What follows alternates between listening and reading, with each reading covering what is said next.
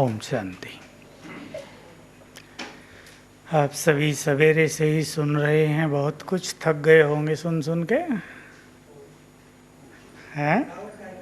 नहीं, या थकान उतर रही है, ऐसा ही कहेंगे ना। मैं ये बात पहले ही सबसे पूछ लिया करता हूँ, क्योंकि जब मैं ऑस्ट्रेलिया में गया तो वहाँ प्राय होटल्स में लोग प्रोग्राम रखते थे और मुझे हमेशा कहते थे कि 45 मिनट का भाषण करना है और पीछे क्वेश्चन आंसर जितना भी चले, आधा घंटा या ज़्यादा। तो आखिर जब 5-7 बार हो गया, मैंने उनसे पूछा कि भाई 45 मिनट ही क्यों आप लेक्चर रखते हैं, घंटा भी तो हो सकता है। तो कहा नहीं, हमारे यहाँ साइकोलॉजिकली मनोवैज्ञानिक ढंग से ये मान्यता है कि मनुष्य की सुनने की शक्ति 45 मिनट ही है, बाद में यदि आप कुछ सुनाओगे तो वो ऊपर से जाएगा। तो मैंने कहा तो भाई ये बात सत्य है कि जैसे भारत महान देश है, यहाँ के मनुष्य भी शक्तिशाली हैं जो सुनते ही रहते हैं, बोर नहीं होते, कथाएं चलती रहती हैं सारी रात, है ना ये बात। मैं जब गया 2 बार तो मेरा लक्ष्य ये भी था कि मैं भारतीय सभ्यता और इस पाश्चात्य सभ्यता के अंतर को जान लूँ अच्छी तरह, क्योंकि हमारे पास बहुत लोग वहाँ से आते हैं हर साल। अब तक आ रहे लगभग 5000 लोग हर साल आते हैं। अभी अक्टूबर में आएंगे बहुत सारे, फिर फरवरी मार्च में। तो उनकी कुछ समस्याएं होती हैं और मेरे से बहुत लोगों का पर्सनल संबंध रहता है। समस्याएं हल कैसे करें जीवन की अलौकिक तरीके से, ज्ञान और योग के बल से, संकल्प के बल से। जैसे भारत में आप जानते हैं महाराज भी कई बैठे हैं, मंत्र शक्ति से, तंत्र शक्ति से, हवन यज्ञ, इनसे विघ्नों को दूर किया जाता रहा है। वैसे ही ज्ञान की शक्ति, योग की शक्ति, संकल्प की शक्ति, विचार परिवर्तन से समस्याएं परिवर्तन, ऐसा मैं लोगों से कराता आया हूँ 10 साल से बहुत ज़्यादा। तो मैं जानना चाहता था कि इन अंग्रेजों की आखिर समस्याओं का बीज कहाँ है। भारत के बारे में तो हम सब कुछ जानते हैं, यहाँ रहते हैं, देखते हैं। तो मैंने बहुत सारी चीज़ें देखी तो ये पाया कि सचमुच उनकी मेंटलिटी इतनी कमज़ोर हो चुकी है, मन की शक्ति इतनी कमज़ोर है कि भारत की भेंट में उसको काफ़ी कम कहा जाएगा। बौद्धिक शक्ति कहीं कहीं भारत से ज़्यादा, पर मानसिक शक्ति भारत से कम। इसका अंतर अभी आप लोग समझ रहे होंगे बहुत अच्छी तरह। मन और बुद्धि 2 शक्तियाँ हर आत्मा के पास हैं और आज का बुद्धिमान मनुष्य एक चीज़ भूल चुका है। अब आज के टॉपिक को ही हम आगे बढ़ा रहे हैं। वो ये मानता है कि जीवन में उसकी सफलता का आधार केवल उसकी बौद्धिक क्षमता है। यही मानता है ना। चाहे आप बिजनेस करते हैं, कितने बुद्धिमान हैं आप, कितना अनुभव है आपको, चाहे आप किसी बड़ी पोस्ट पर कार्यरत हैं, आप कितनी डिग्री लिए हुए हैं, इंजीनियरिंग की हुई है, मेडिकल किया हुआ है, उसको ही देखकर आपको सर्विस मिलती है। परंतु एक विशेष चीज़ जो मिस हो गई है, जिसके लिए हम आप सभी को यहाँ बुला रहे हैं, और आप धर्म से जुड़े हुए भाई बहनें सारे समाज को जिस चीज़ को सिखाएं, वो ये है कि हमने मन की शक्ति को छीन कर दिया है। मन की शक्ति यदि कमज़ोर है तो मनुष्य चाहे कितना भी बुद्धिमान हो, सफलता के मार्ग में बाधाएं आएंगी। चाहे वो सफलता प्राप्त कर भी ले, पर वो सफलता बहुत महंगी हो जाएगी, उसको तोड़ देगी तब सफलता मिलेगी। इसलिए मन की शक्तियों को बढ़ाना ये योग का प्रमुख लक्ष्य है। आप में से जिन्होंने योग दर्शन या महर्षि पतंजलि का योग या और कोई भी योग किया हो, आप जानते हैं उसमें मन को शांत करना एक मुख्य ध्येय होता है ना। मन को निर्संकल्प समाधि तक ले चलो, शून्य कर दो, ताकि मन की शक्तियाँ जो व्यर्थ संकल्पों में नष्ट हो रही है उसको रोका जा सके और ये शक्ति बढ़े। लेकिन समय जैसे जैसे बीतता आया, कलयुग का प्रभाव बढ़ा, तो ये साधनाएं बहुत कम रह गई। मनुष्य अपने मन की शक्तियों को कंट्रोल नहीं कर पाया। इसलिए साधक बहुत कम रह गए। विद्वान बहुत दिखाई देंगे, साधक तपस्वी कम, क्योंकि मन की शक्तियों को नियंत्रित करना, इसके लिए मनुष्य को विशाल ज्ञान, बहुत बड़ा कंट्रोल कर्मेंद्रियों पर, विकारों पर, इस सब की जरूरत पड़ती है। तो मैं आपका ध्यान अब ले चलूं एक विशेष चीज पर कि जो कुछ हम सोचते हैं उसकी तरंगें चारों ओर फैलती हैं, जिसको इंग्लिश में वाइब्रेशंस कहते हैं। जो कुछ भी हर मनुष्य सोच रहा है उसकी, अब मोटा शब्द ले लें, किरणें चारों ओर फैल रही हैं। हम सब जो यहाँ बैठे हैं, हमारे प्रकंपन, हमारी किरणें चारों ओर फैल रही हैं। वो पहले हमें प्रभावित करती हैं, फिर सबको। एक घर में यदि एक व्यक्ति क्रोधी है, उसको बहुत क्रोध आता है, तो उसके क्रोध के जो वाइब्रेशंस होंगे वो सारे घर में अशांति रखेंगे ना, दूसरों पे दबाव बना रहेगा। सबको महसूस होगा कि परिवार में खुशहाली नहीं है। एक शांत व्यक्ति आपके घर में आकर बैठ भी जाए तो शांति लगेगी, क्योंकि उसके वाइब्रेशंस फैलने लगेंगे। हम सभी जैसा सोच रहे हैं वैसे वाइब्रेशंस दूसरों तक पहुंचा रहे हैं। अब देखिए हमने अपनी भावनाओं को कहाँ पहुंचा दिया है। अब हम सब जो यहाँ बैठे हैं, मैं आपको अब डीप फीलिंग की ओर ले चलूँगा। लंबा चौड़ा भाषण जैसा नहीं मैं चाहता करना, फीलिंग में चले हम सभी कि हमने अपनी भावनाओं को कहाँ पहुँचाया है। आप में से जिन्होंने गीता पढ़ी हो, दूसरे अध्याय से छठे अध्याय तक, जिसमें योग की बहुत अच्छी चर्चा है, छठे अध्याय पे आप ध्यान दें, योगारूढ़ व्यक्ति के लक्षण, जिसमें एक बहुत अच्छी बात कही है कि वो व्यक्ति जो योग सिद्ध होना चाहता है, जो योग में सफल होना चाहता है, समदृष्टि रखे। कोई शत्रु हो, मित्र हो, अपना हो या पराया हो, मैं और विस्तार कर दूं, हिंदू हो या मुसलमान हो, धर्मात्मा हो या पुण्यात्मा हो, उन सब के लिए समदृष्टि। अब ये तो हमारी रही नहीं। जो हमारे अपने हैं वो हमें प्रिय लगते हैं, जो अपने नहीं हैं वो पराये लगते हैं। हमारे मन में देखिए कैसे कैसे भाव आ गए हैं। घृणा भाव, ईर्ष्या द्वेष का भाव, ऊंच नीच का भाव, धर्म भेद के भाव, अपने और पराये का भाव, शूद्र और ब्राह्मण का भाव, बदले का भाव। जबकि जो महान भाव हैं, क्षमा भाव, दया भाव, प्रेम भाव, अपनापन, रहम दिल, यही है ना। हमारे सभी धर्म यही सिखाते रहे मनुष्य को। अब यहाँ हमने उसकी प्रैक्टिस के लिए एक विशेष चीज़ सीख ली थी। इस सद्भावना के मेरे जीवन में हजारों अनुभव हैं।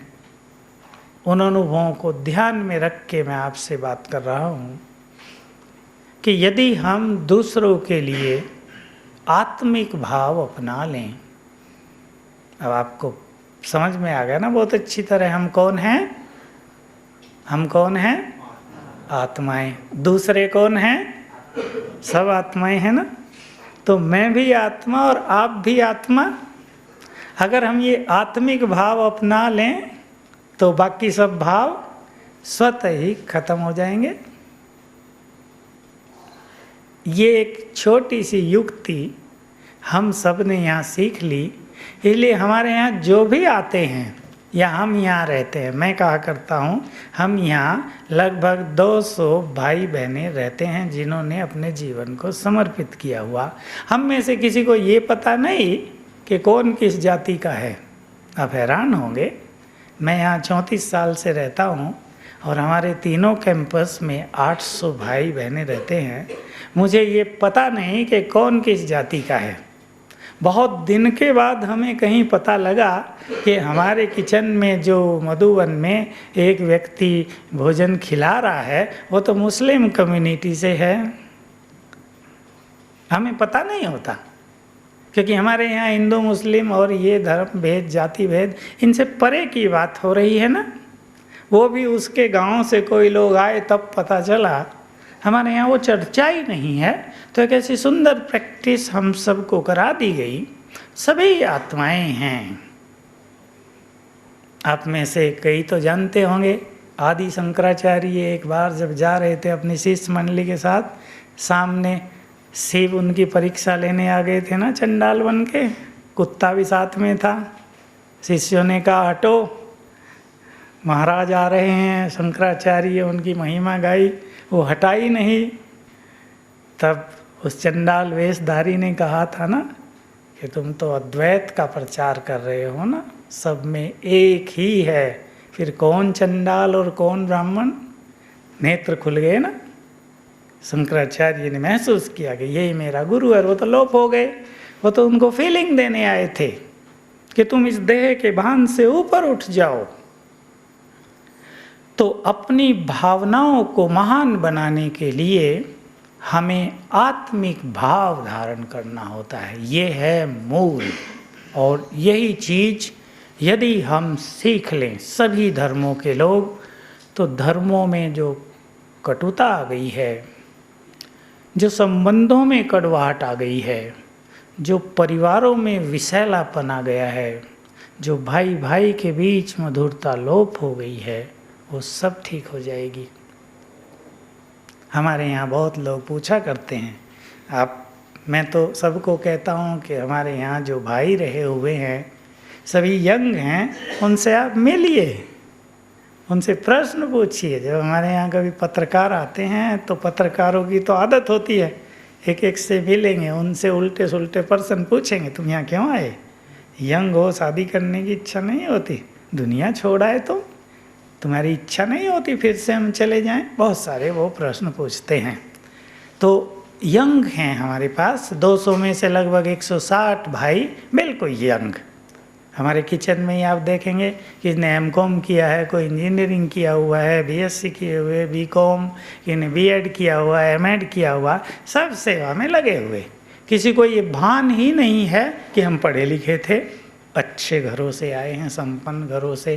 किसी के घर में होलसेल का बिजनेस था, किसी का बाप इंजीनियर है, किसी का प्रोफेसर है, कोई डॉक्टर के बच्चे हैं, सब सेवा में लग गए। उन्हें ये भी भान नहीं कि हम भोजन बना रहे, भोजन बनाना तो छोटा सा काम है, हम तो आज अच्छे इंजीनियर होते, प्रोफेसर बन जाते। ये क्यों हुआ है? ये डेडिकेशन क्यों हो गया? ये समर्पण भाव आत्माओं में क्यों आ गया? ये किसने इनमें ऐसी प्रेरणा पैदा कर दी कि यंग एज में उन्होंने ब्रह्मचर्य को स्वेच्छा से धारण कर लिया है? मैं एक बात और आपको कह दूं, ब्रह्मचर्य की बात आ गई, हमारे यहाँ बहुत सारे मनोवैज्ञानिक आए, प्रोफेसर। एक तो मेरा फ्रेंड जो मुझे अनुभव सुनाया करता है अपना, अहमदाबाद का नवीन भाई, प्रोफेसर है, अभी भी है साइकोलॉजी का, उसकी पत्नी भी साइकोलॉजी की प्रोफेसर थी। तो उसको कहीं हमारी बहनें उसके कॉलेज में गई और कुछ भाषण जैसा हुआ और उससे मुलाकात हुई, बात ब्रह्मचर्य की आई। तो आजकल का मनोविज्ञान ब्रह्मचर्य को भारी साधना मानता है। फ्रायड ने बहुत सारे गलत सिद्धांतों का प्रचार कर दिया। मैं उनको गलत ही कहा करता हूँ। हमारे यहाँ विदेश के साइकोलॉजिस्ट भी आते हैं कि ब्रह्मचर्य होना असंभव है, ब्रह्मचर्य होना इननेचुरल है, अप्राकृतिक है, तुम ये ब्रह्मचर्य का उपदेश दे के मनुष्य की इच्छाओं पे दबाव डाल रहे हो। तो उसने कहा कि ब्रह्मचर्य हो ही नहीं सकता, इससे मनुष्य की खुशी नष्ट हो जाएगी। उसको बहनों ने कहा कि अच्छा तुम 1 घंटा रोज दे के 7 दिन का कोर्स कर लो। उसने कोर्स किया, फिर कहा चलो माउंट आबू पास ही अहमदाबाद से 2-3 दिन की छुट्टी है, वहाँ देख आओ। अब वो साइकोलॉजी का प्रोफेसर था, उसने तभी एक किताब लिखी थी, साइकोलॉजी ऑफ सेक्स, जैसे काम सूत्र होता है। वो यहाँ आया, वो सबके चेहरे ही देखता था 3 दिन, और उसने देखा कि यहाँ तो किसी के चेहरे पर भी टेंशन नहीं है, बड़े खुश हैं लोग, ऐसे खुश लोग तो हमने कहीं देखे ही नहीं थे। और ये ब्रह्मचारी, यहाँ बहनें भी रहते हैं, भाई भी रहते हैं, ये बात कुछ समझ में नहीं आ रही है। उसने बहुतों से बात की, देख लिया अच्छी तरह कि सचमुच यहाँ पवित्रता है। स्टडी की, अपनी किताब कैंसिल कर दी, बिल्कुल छोड़ दिया, उसको रद्द करा दिया। अब वो प्रेस में जा ही रही थी, उसको ख़त्म कराया। और उसको पढ़ाना तो पड़ता ही है, वो चेंज किया, उसने एक नई रिसर्च शुरू की, क्योंकि आत्मा की मूल नेचर ही पवित्रता है। हम जब आत्मा की बात करते हैं तो उसके स्वरूप को पवित्र ही तो कहते हैं। ये तो देहभान के कारण काम विकार ने हम पर अधिकार कर लिया है। यदि हम फिर से आत्मा हो जाएं तो हमारी पवित्रता नेचुरल हो जाएगी ना। मेरे पास पवित्रता का संपूर्ण अनुभव है इस जीवन का।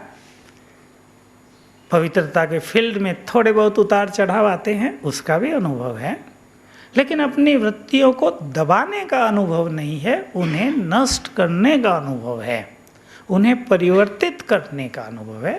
फ्रायड ने अपने सिद्धांतों में जो बात कही, उसके वही सिद्धांत तो लोगों ने ले लिए जो उसने 50 साल की आयु से पहले लिखे थे काम विकार के बारे में। और जो सिद्धांत उसने 50 साल की आयु के बाद लिखे, उसका प्रचार हुआ नहीं। उसने ये साफ लिखा है कि अगर तुम अपनी शक्तियों का रूपांतरण कर दो परमात्मा की ओर, तो वही शक्तियाँ तुम्हारे लिए सुखदायी हो सकती हैं। यही तो सब जगह बताया गया है भारतीय दर्शनों में। ऊर्ध्वगामी कर दो अगर तुम अपनी शक्तियों को। अगर इस सांसारिक प्यार और दैहिक प्यार को तुम परमात्म प्यार में बदल दो, तो तुम्हारी पवित्रता तुम्हारे लिए आनंदकारी हो जाएगी। तो हमारी पवित्रता हमारे लिए आनंदकारी हो चुकी है। हम ये अपने अनुभवों से कह सकते हैं। मुझे इस सद्भावना और शुभ भावना का ज्ञान हमारे यहाँ बाबा के महावाक्यों में ये पहले से ही मिल जाता है। मैंने इसका सबसे पहला प्रयोग किया था अपने जीवन में, अब से कोई 30-32 साल पहले। छोटे थे हम, किसी से हमारा मन मुटाव हो गया, उसने हमें कुछ कहा, हमने उसे कुछ कहा। अब फिर मन ने माना नहीं, मन कहने लगा तुमने गलती कर दी, तुम्हें नहीं बोलना चाहिए था, मन मुटाव हो गया। हमने पहला अभ्यास किया, उस व्यक्ति के लिए अपने मन में शुभ भावनाएं पैदा की कि वो आत्मा है, गलती मैंने की, उसने नहीं। मेरी गलती के बाद उसने गलती की थी, इसलिए पहली गलती मेरी है। वो एक आत्मा है, भगवान का बच्चा, ज्ञान स्वरूप, पवित्र स्वरूप। मेरे मन में जो उस आत्मा के लिए थोड़ी सी गलत भावना हो गई थी, उसको मैंने ठीक किया और मैंने देखा अगले दिन वो फिर मेरा मित्र था। कटुता समाप्त हो गई थी। यहाँ से मेरे अनुभव आगे बढ़े। मैंने बहुत लोगों को सिखाया। एक दूसरा अनुभव सुना रहा हूँ। लुधियाना का एक व्यक्ति आया, उसका बच्चा 10वीं क्लास में पढ़ता था, बुरे संग में आ गया था, घर से बाहर रहता, पैसे बर्बाद करता। आप जानते हो क्या क्या होता है। वो इसे मारता पीटता, बुरा भला कहता, बच्चा बिगड़ता जाता। यहाँ आया था, मेरे से पहचान थी, मेरे को अपनी समस्या बताई कि ये हो गया है। मैंने उससे पूछा, तुम्हारे मन में अपने बच्चे के लिए प्यार है या घृणा? का घृणा है बहुत ज़्यादा, मैं चाहता हूँ ये मर जाए। होता है ना ऐसा। तो बस मैंने उसे इतना ही सिखाया कि इस घृणा भाव को अब आत्मिक भाव में बदल के उसके लिए प्यार पैदा करो।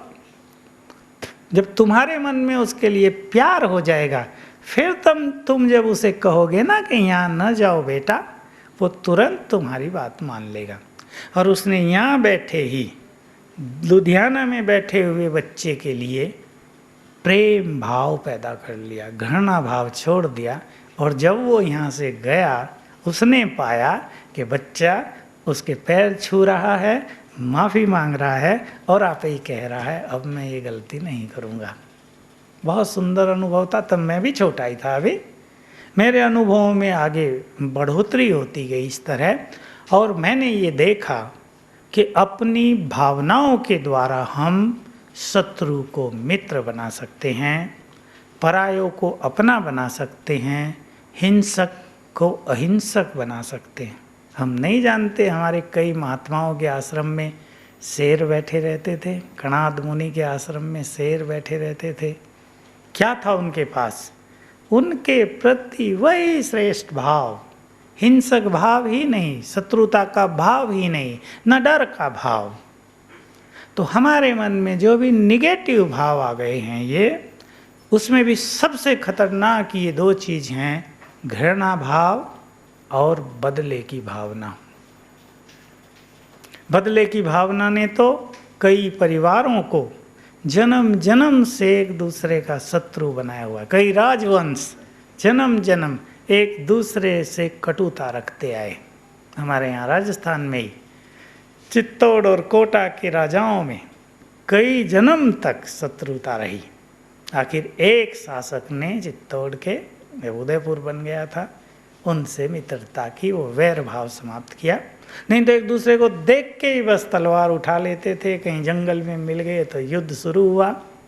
बदले की भावना, आप सब जानते हैं, यदि आप इस बदले की भावना पे नज़र दौड़ाएं तो बदले की भावना मनुष्य को चैन से सोने नहीं देती है, बड़ी खतरनाक है, नींद उड़ा देती है, सुख चैन को छीन लेती है या नहीं? और हर एक मनुष्य में कहीं ना कहीं किसी से बदले की भावना रहती है। अब मैं आप सभी को कहूँगा कि जब आप यहाँ बैठे हैं तो साफ कर दें अपनी मन की स्लेट को। करेंगे? बहुत अच्छा होगा। हमारी सद्भावनाएं पहले हमें सुख देती हैं, फिर दूसरों को।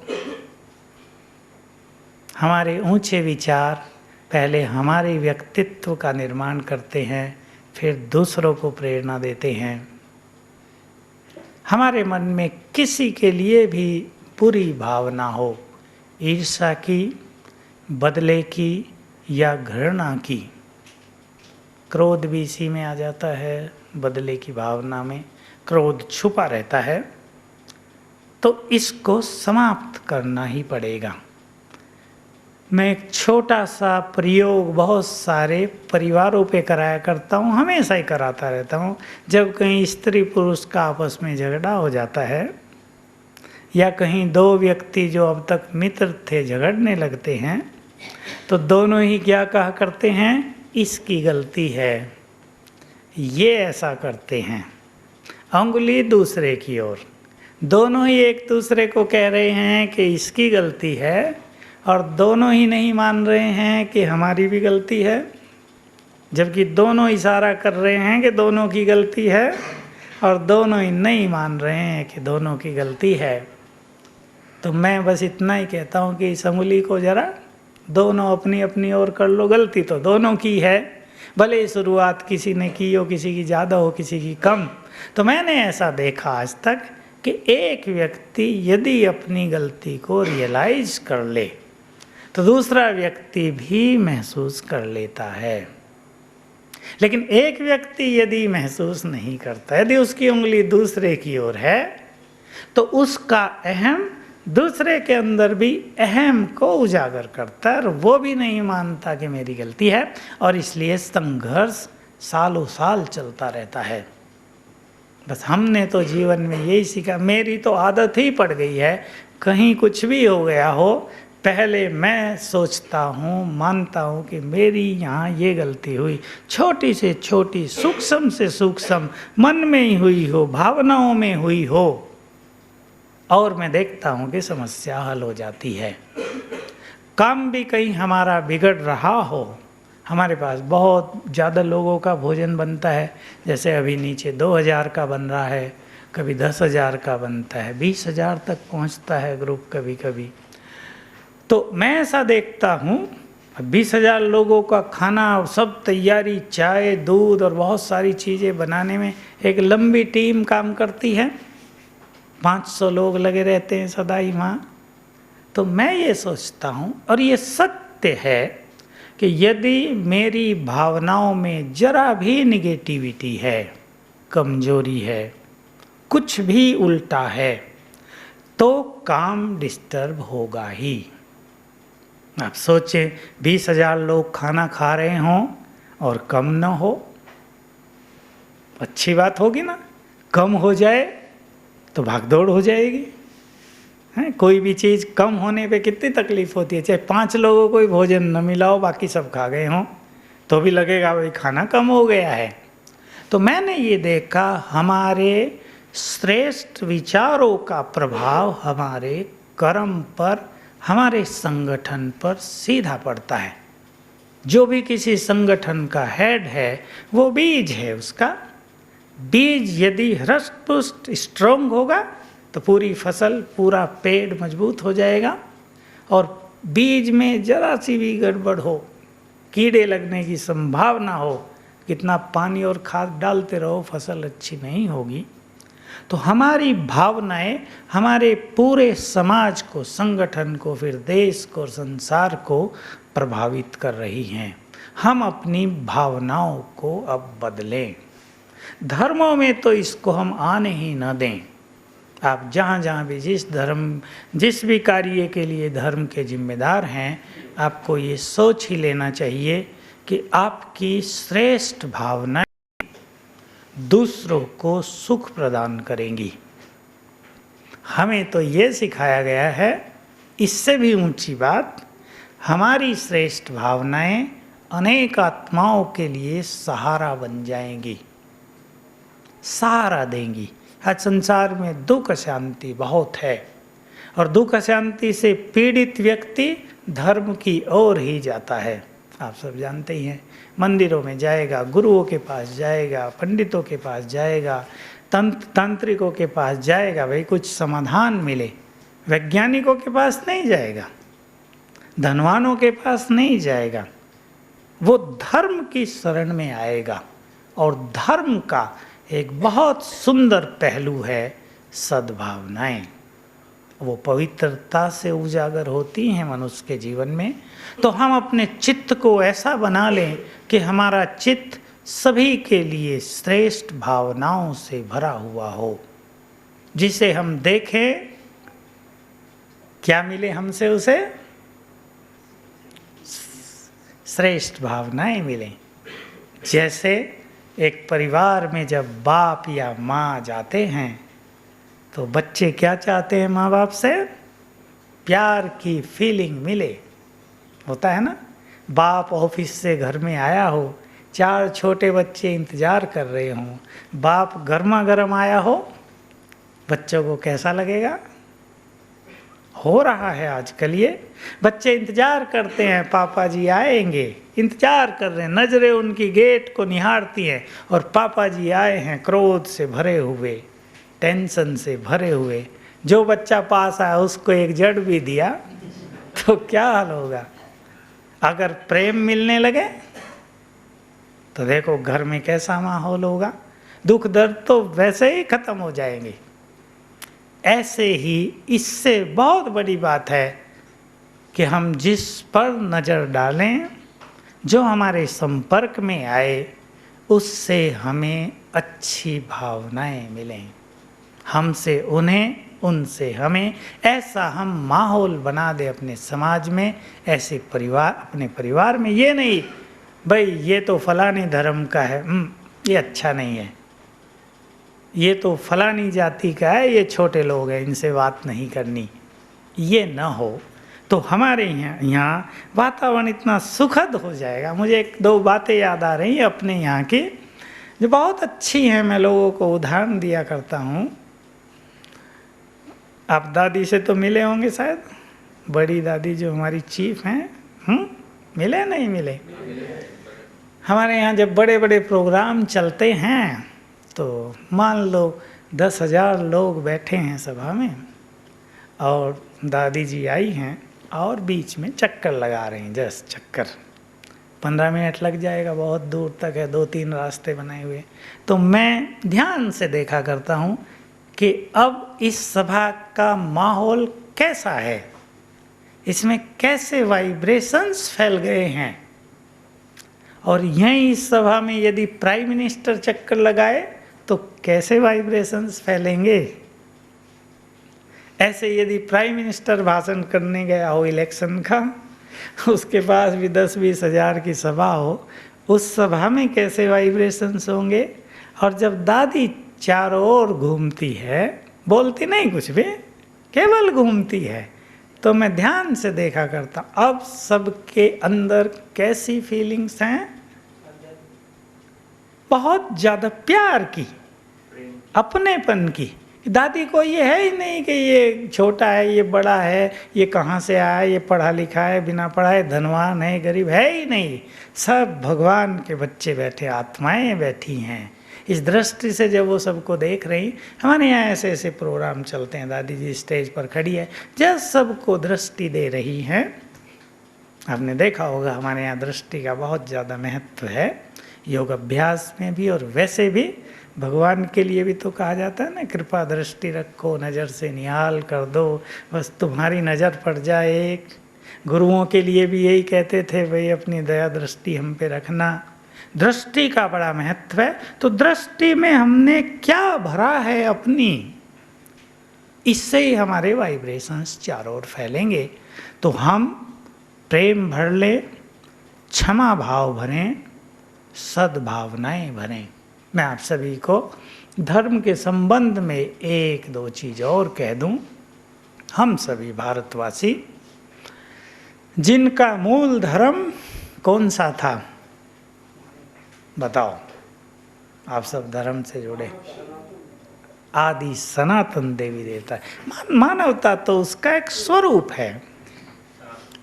हमारा धर्म आदि सनातन देवी देवता धर्म, जो इस संसार में सबसे शक्तिशाली, सबसे महान, सबको सुख देने वाला, उससे ही सभी धर्म निकले हैं।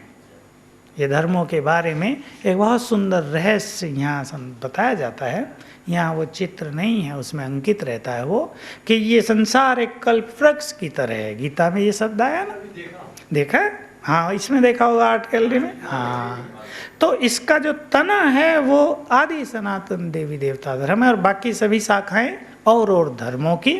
तो हम सभी भारतवासी जो अब अपने को हिंदू कहलाते हैं, और हिंदू धर्म की बहुत सारी शाखाएं, संप्रदाय आजकल हमारे सामने उपस्थित हैं, हमें अपने इस गौरव को नहीं भूलना चाहिए कि हम तने हैं कल्पवृक्ष के। हम ये जो हमने लिमिटेशंस बना दिए ना, हद, इससे जरा ऊपर उठ जाएं। भारत देश ही सबसे महान रहा है। ये तो अब गड़बड़ हुई है, अंग्रेजों के बाद मुगल काल तक भी भारत संसार में सबसे अधिक धनवान, धर्म, फिलोसॉफी, योग के फील्ड में विश्व के लिए लाइट हाउस, प्रकाश देने वाला। अब अंग्रेजों ने आकर यहाँ की सभ्यता पर जरा ज़्यादा कुटाराघात किया, नष्ट किया उसको। हम अपने गौरव को फिर से जागृत करें। तो जो बड़े होते हैं, हम बड़े हो गए ना, पूर्वज हो गए सबके, तो बड़ों का काम होता है, देखो क्या क्या काम होता है। आप शरीर में भी बुजुर्ग बैठे हैं यहाँ, कई बच्चे गलती करें तो बड़े क्षमा करते हैं। बड़ों का काम होता है छोटों को प्यार देना, बड़ों का काम होता है सबकी पालना करना, उन्हें सिखाना, उन्हें प्रेरित करना, उन्हें अच्छा मार्ग दिखाना, उनकी गलतियों को ठीक है हल्का करके आगे बढ़ो। भाई बड़े संघर्ष मिटाने वाले होते हैं ना, संघर्ष क्रिएट करने वाले नहीं। हमारा ये महान धर्म जो सबसे शक्तिशाली था, अब भी कम नहीं है पर उसकी भेंट में बहुत कम है। हमें अपने इस कर्तव्य को पहचान कर संसार के सभी धर्मों की पालना करनी चाहिए। हम सभी को ये लक्ष्य दिया जा रहा है यहाँ, और हम सिखा रहे हैं यहाँ कि जो बड़े हैं, जो पूर्वज हैं, एक तो वो थे जो हमारे पूर्वज ऋषि मुनि थे, पर अभी तो सब पुनर्जन्म ले लेके यहीं तो बैठे हैं ना। हो सकता है आप में से कोई बहुत बड़ा ऋषि तपस्वी रहा हो जो आज बिल्कुल साधारण वेश में है। हो सकता है कि साधारण व्यक्ति पर भगवान बहुत प्रसन्न हो, जिसने जन्म जन्म उसकी आराधना की हो। हो सकता है कोई इस समय बहुत अच्छा तपस्वी हो लेकिन पूर्व जन्मों में बहुत अच्छा न रहा हो। ये सब तो कर्मों की गति आप सब भी समझते हैं। तो हम धर्म को फिर से बल देने वाले बन जाएं। हमारी भावनाएं, हमारा प्यार, हमारे अंदर की पवित्रता, हमारे अंदर के महान विचार इस संसार की पालना करते हैं।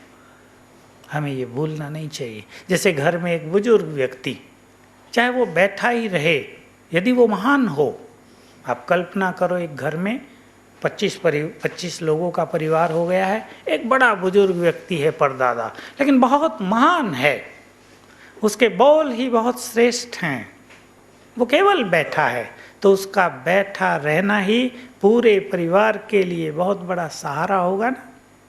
चाहे वो कुछ नहीं करता, चाहे वो शरीर से भी कमजोर है, धन उसके पास नहीं है, उसके विचार अनेक आत्माओं को प्रेरित करते रहेंगे। तो हम सभी बड़े हैं। आप ये कल्प वृक्ष का चित्र याद रखना। हमारा ये सर्व महान धर्म तना है, जड़ें भी हम ही हैं।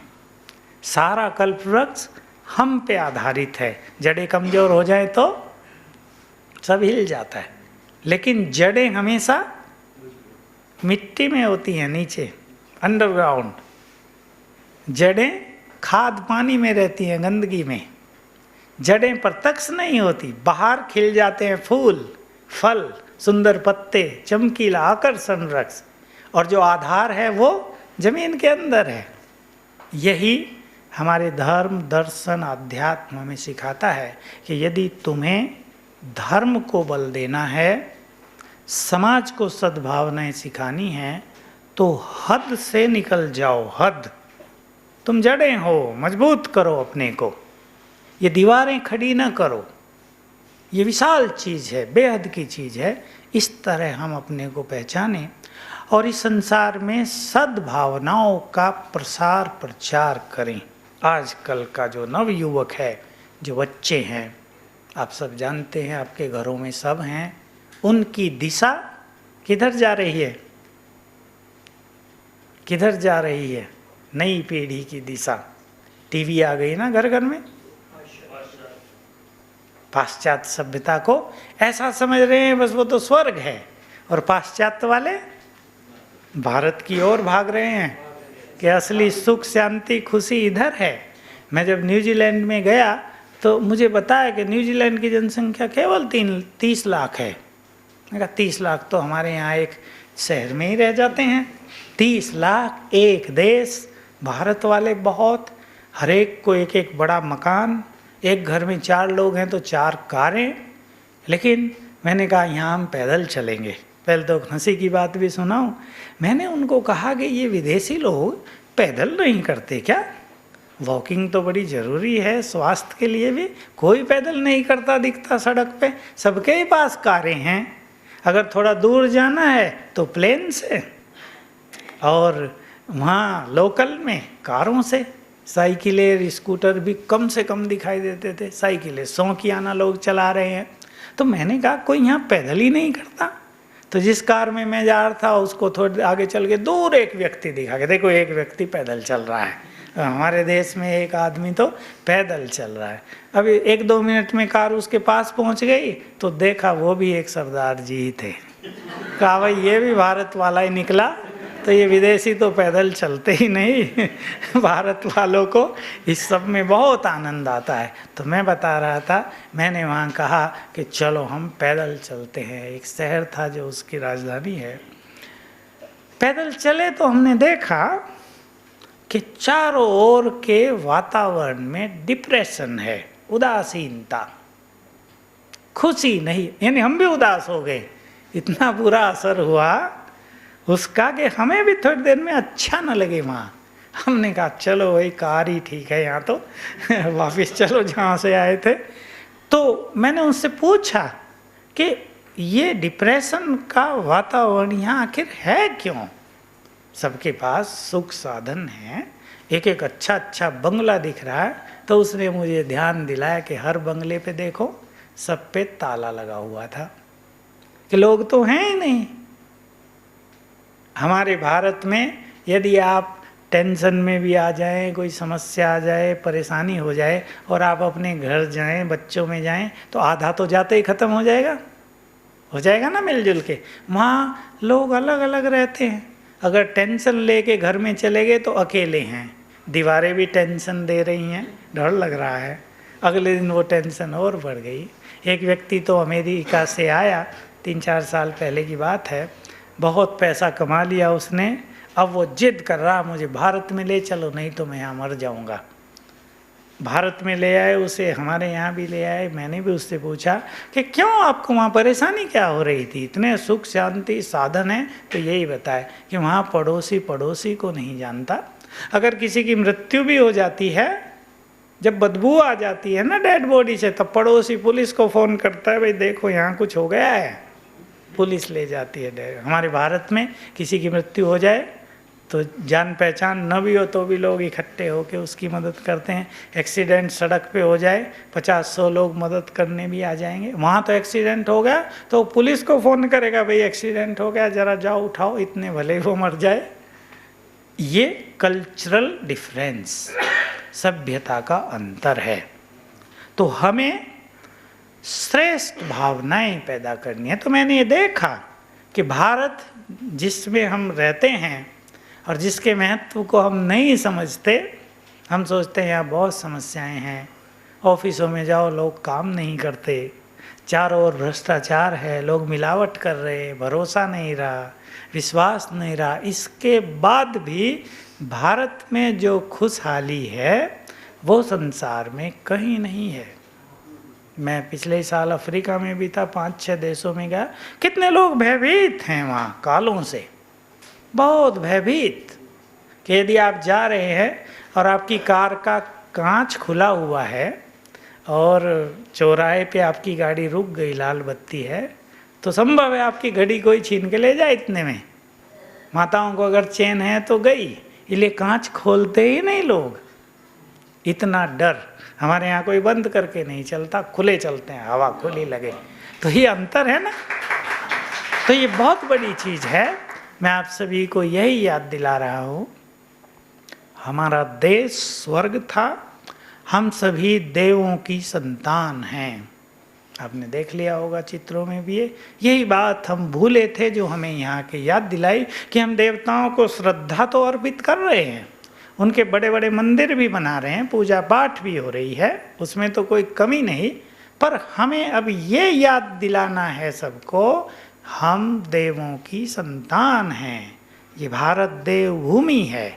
इसलिए जब हमारे मंदिरों से भी लोग सद्भावना ले रहे हैं, मूर्ति के दर्शन करके ही शांत हो जाते हैं, तो हम जो देवों की संतान हैं, भगवान की संतान हैं, हम क्यों ना अपने अंदर ऐसी सद्भावनाएं भरें कि हमें देखकर भी लोगों को शांति मिल जाए। ऐसा हम कर सकते हैं। ये केवल कहने की बात नहीं, ये सब संभव है। इसलिए बाबा हमें रोज सिखाते हैं कि तुम्हारी जड़ मूर्तियों से भी भक्तों को दुआएं मिल रही हैं, आशीर्वाद मिल रहे हैं। तुम अपने अंदर इतनी श्रेष्ठ भावनाएं भरो कि तुम चेतन में भी दूसरों को इतनी दुआएं दे सको कि सबके कार्य सफल हो जाएं। तो बस यही हमें करना है। हम सभी आत्माएं हैं, ये बात हमें भूलना नहीं है। भगवान के बच्चे हैं, देवों की संतान हैं।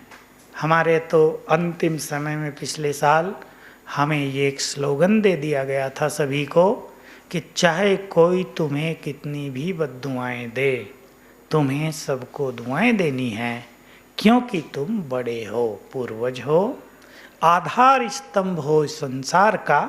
ये फीलिंग हम सबको अपने अंदर भरनी है। तो आप सभी, अब हम थोड़ा अभ्यास करेंगे और आप आत्मदर्शन कर लेंगे, स्वाध्याय कहेंगे इसे। अपने को देखेंगे कि मेरे मन में यदि किसी के लिए कोई गलत भावना है तो मैं उसे अभी निकाल दूं यहीं से। रिजल्ट आपको बहुत सुंदर मिलेगा घर जाते ही।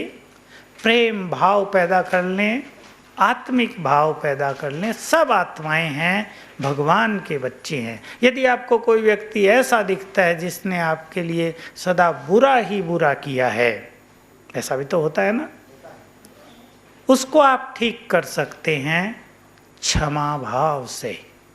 एक और प्रैक्टिकल उदाहरण मुझे याद आ रहा, अभी समय है थोड़ा सा, अभ्यास से पहले, बहुत ही सुंदर बात है, अब से 2 साल पहले की बात है। एक अंग्रेज बहन हमारे यहाँ आई थी जो 10 साल से आ रही थी।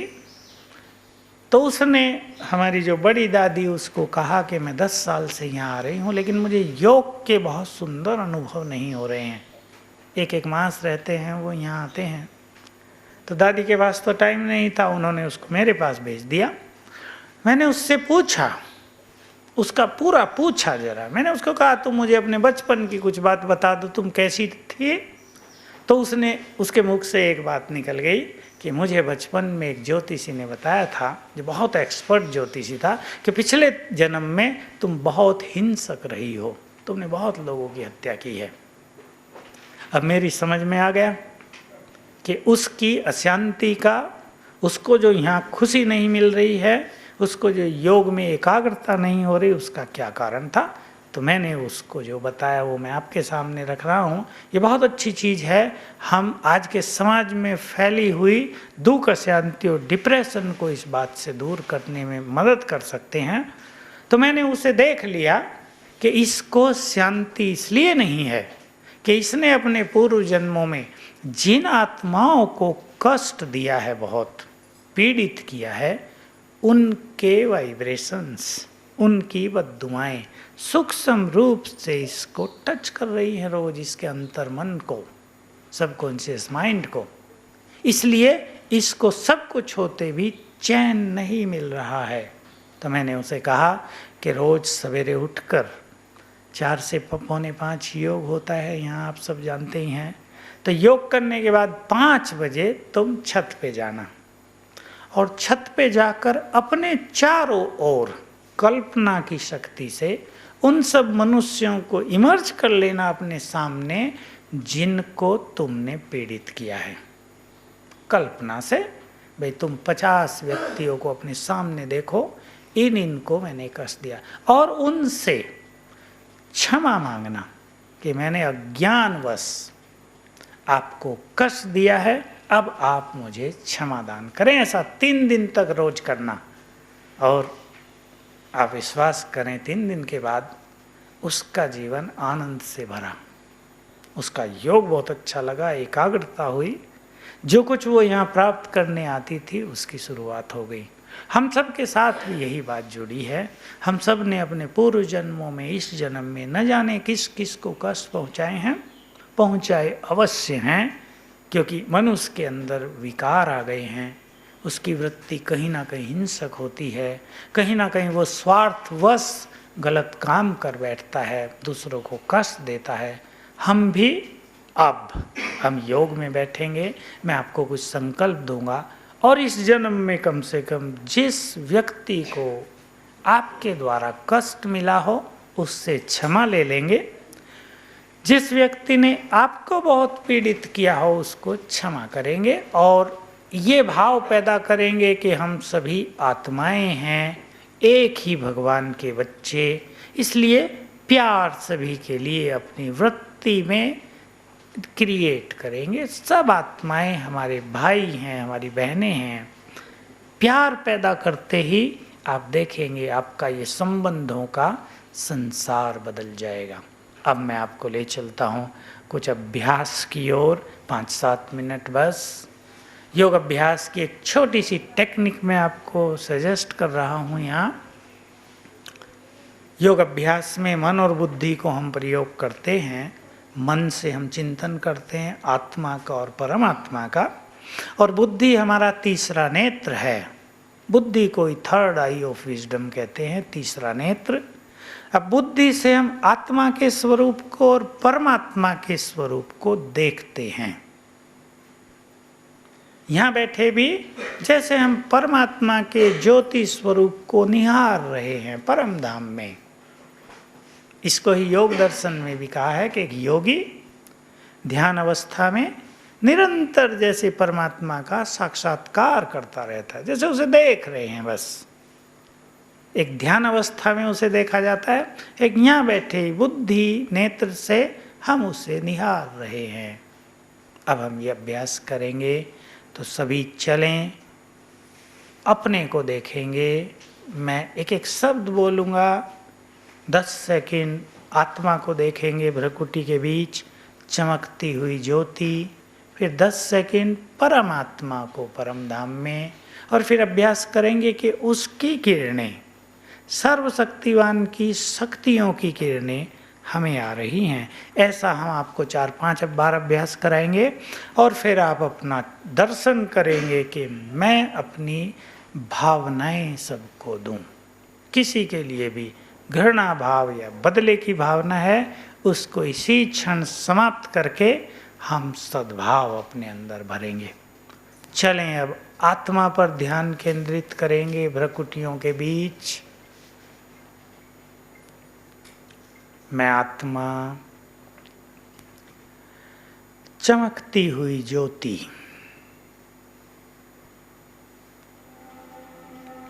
शांत स्वरूप, मुझसे चारों ओर शांति की किरणें फैल रही हैं।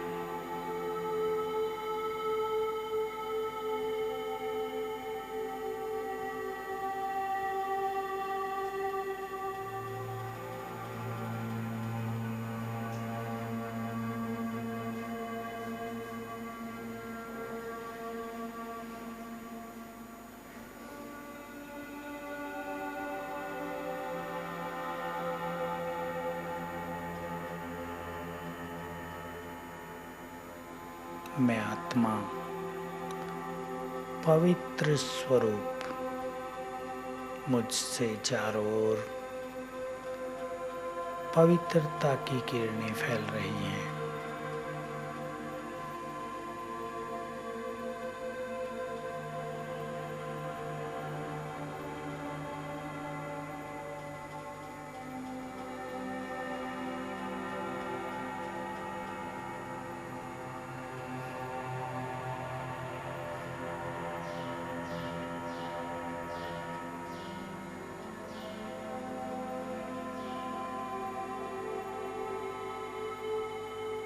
मैं आत्मा, शक्ति स्वरूप,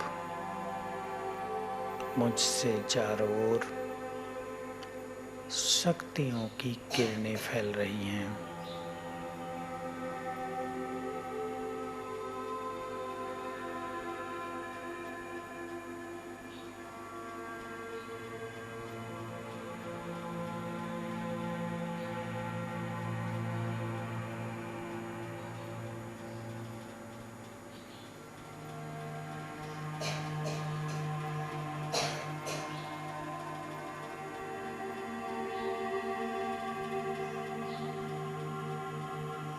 परमात्मा,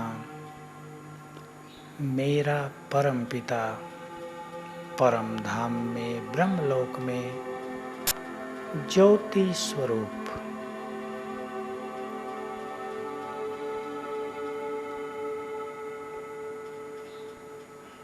उसकी शक्तियों की किरणें चारों ओर फैल रही हैं।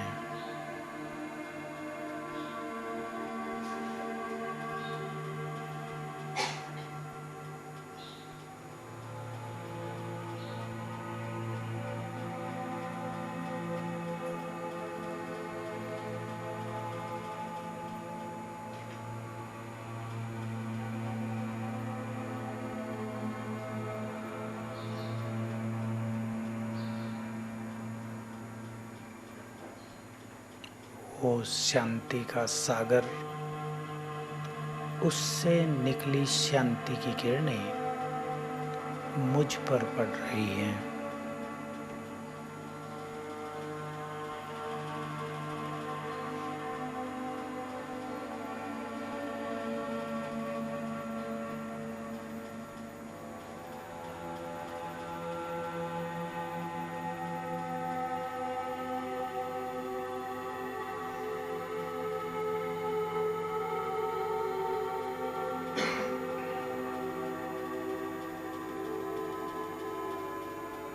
वो सर्वशक्तिवान, उससे निकलती शक्तियों की किरणें मेरी ओर आ रही हैं।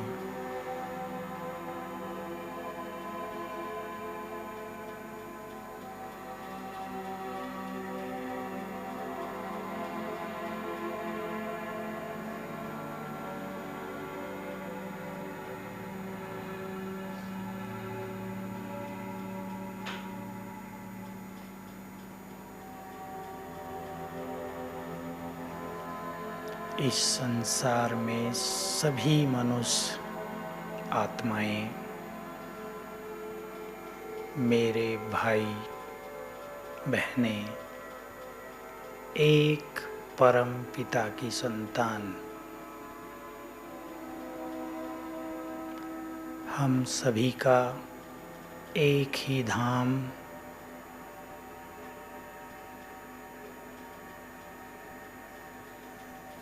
मैं सभी आत्माओं को सद्भावनाएं देते हुए यदि किसी ने मुझे पीड़ित किया है उसको क्षमादान दे रहा हूँ।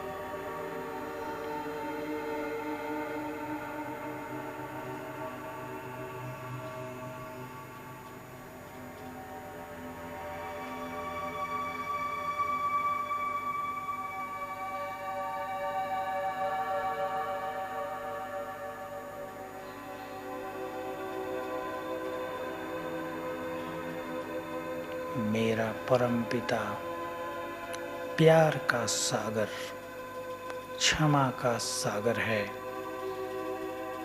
उसकी संतान होने के नाते मैं भी प्यार का दाता, क्षमा करने वाला हूँ।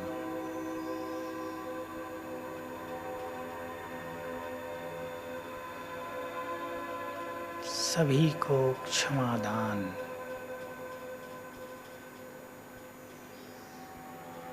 हमारी शुभ भावनाएं सभी का कल्याण करें, सभी के उलझे मन में शांति भरें।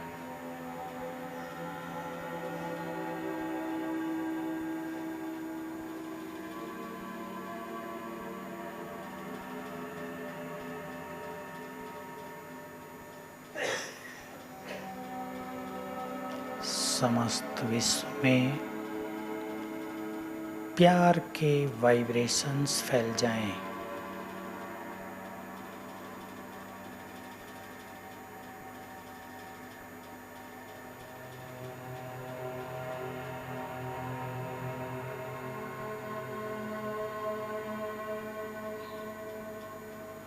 हम सभी एक ही परमपिता की संतान आत्माएं हैं। हमारा किसी से वैर नहीं।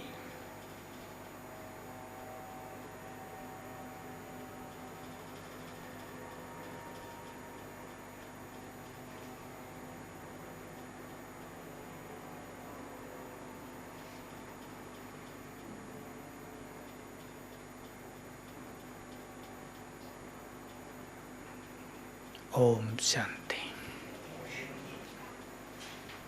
बस ऐसे ही चिंतन आप करेंगे तो आगे बढ़ जाएगा सब्जेक्ट।